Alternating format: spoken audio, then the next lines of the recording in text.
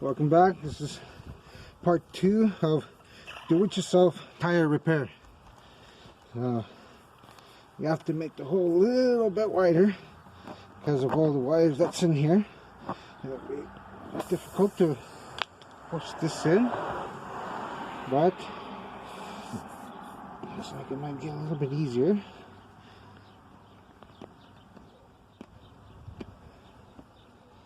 Okay. It's just in the position that I'm standing on. It's a little bit difficult to push in.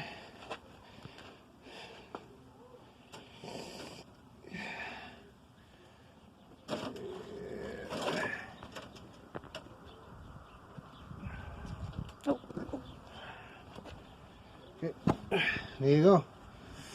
Part 2, do-it-yourself tire repair.